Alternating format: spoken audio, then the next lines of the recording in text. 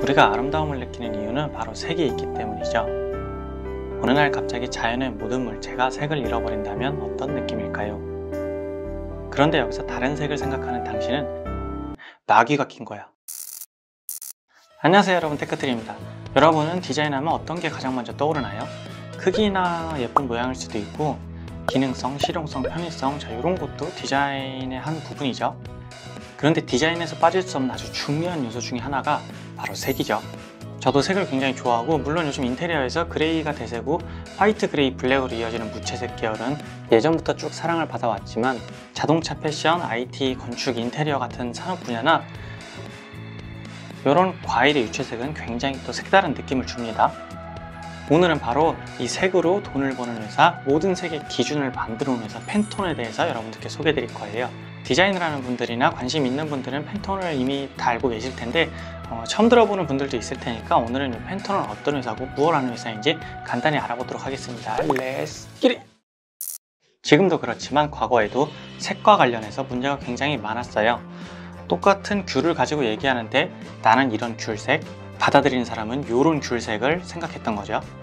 물론 일상생활에선 노랑, 연노랑, 진노랑, 좀 더 노랑 이런 표현들에 있어서 큰 문제가 되진 않지만 인쇄나 출판, 건축, 도색을 하는 산업 분야로 넘어가게 되면 색이 약간이라도 달라졌을 때 굉장히 큰 문제가 발생하게 되겠죠.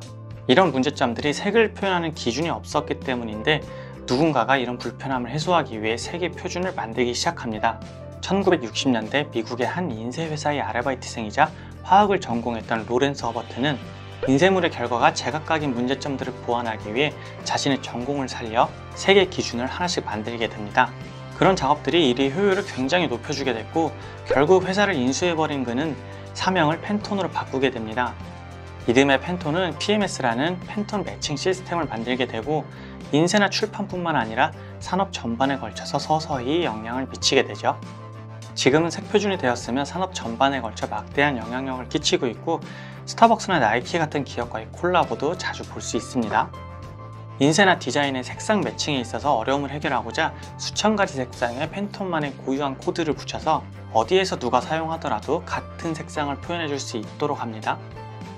이런 색상의 표현은 컬러 칩의 형태를 통해서 판매되고 있으며 표면의 코팅 여부에 따라서도 색을 구별해 주고 있고 인쇄 출판용인 CMYK 코드가 수록되는 것들도 있어요.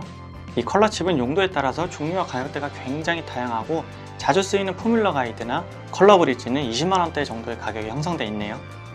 좀 더 찾아보면 얘는 뭐지? 900만원? 하지만 색상이 단순히 빨강, 노랑, 파랑으로만 구분된다면 굉장히 단조롭겠죠? 팬톤 색채 연구소의 컬러 전문가들은 이런 색상을 연구해서 각각의 색상에 다양한 메시지를 전달하고 의미를 부여하게 됩니다. 또한 이 컬러 전문가들은 트렌드를 예측하고 브랜드 컬러 개발, 맞춤형 컬러 솔루션이나 팔레트 개발 등과 같은 전문적인 컨설팅을 제공해주고 있어요. 미니언즈 같은 캐릭터나 스타벅스, 티파니 같은 브랜드도 이런 과정을 통해 완성되었겠죠. 이 매칭 시스템과 더불어 가장 유명한 게 오레이 색상이죠. 팬톤 색채 연구소에서는 매년 12월 오레이 색상을 선정하고 발표합니다.